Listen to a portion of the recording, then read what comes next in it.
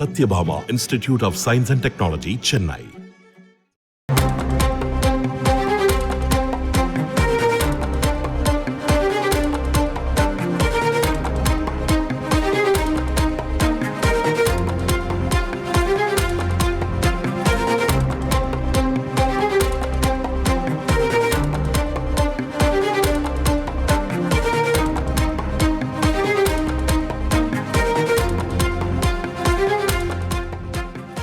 தமிழகம், புதுவை மற்றும் காரைக்காலில் இன்று கன முதல் மிக கனமழைக்கான வாய்ப்பிருப்பதாக இந்திய வானிலை ஆய்வு மையம் தெரிவித்திருக்கிறது. கூடுதல் விவரங்களை எமது செய்தியாளர் ரமேஷிடம் கேட்டு பெறலாம். வணக்கம் ரமேஷ், முழு விவரங்கள் என பதிவு பண்ணுங்க.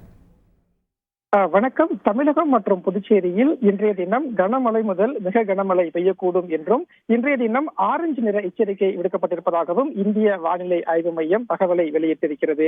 அதாவது தென்மேற்கு மற்றும் அதை ஒட்டிய மேற்கு மத்திய வங்கக்கடலில் குறைந்த காற்றழுத்த தாழ்வு பகுதி என்பது ஏற்கனவே உருவாகிவிட்டது. இந்த குறைந்த காற்றழுத்த தாழ்வு பகுதியானது இன்றைய தினம் காற்றழுத்த தாழ்வு மண்டலமாக மாறக்கூடும் என்று வானிலை ஆய்வு மையம் தகவல் தெரிவித்திருக்கிறது.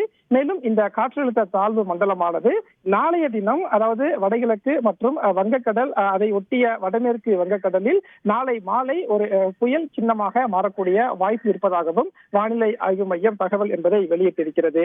மேலும் தமிழகம் மற்றும் புதுச்சேரியில் இன்று மற்றும் நாளை வானிலை நிலவரம் எவ்வாறாக இருக்கும் என்ற தகவலையும் இந்திய வானிலை ஆய்வு மையம் வெளியிட்டிருக்கிறது. அதன்படி தமிழகம் மற்றும் புதுவை, காரைக்கால் பகுதிகளில் இன்றைய தினம் கன முதல் மிக கனமழைக்கான வாய்ப்பு இருப்பதாக தகவல் தெரிவிக்கப்பட்டிருக்கிறது.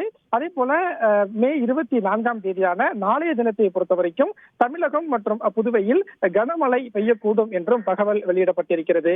அதே போல மீனவர்களுக்கான எச்சரிக்கை என பார்க்கும்போது, மீனவர்கள் இன்று மற்றும் இன்றைய தினம் தெற்கு வங்கக்கடலிலும் அதே போல மே 24ஆம் தேதி முதல் மே 26ஆம் தேதி வரை வடக்கு வங்கக்கடல் பகுதியிலும் மீன்பிடிக்க செல்ல வேண்டாம் என்றும் மீனவர்களுக்கு எச்சரிக்கை என்பது கொடுக்கப்பட்டிருக்கிறது.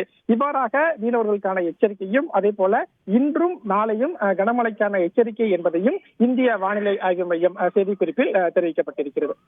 விவரங்களுக்கு நன்றி Ramesh. Satyabhama Institute of Science and Technology, Chennai.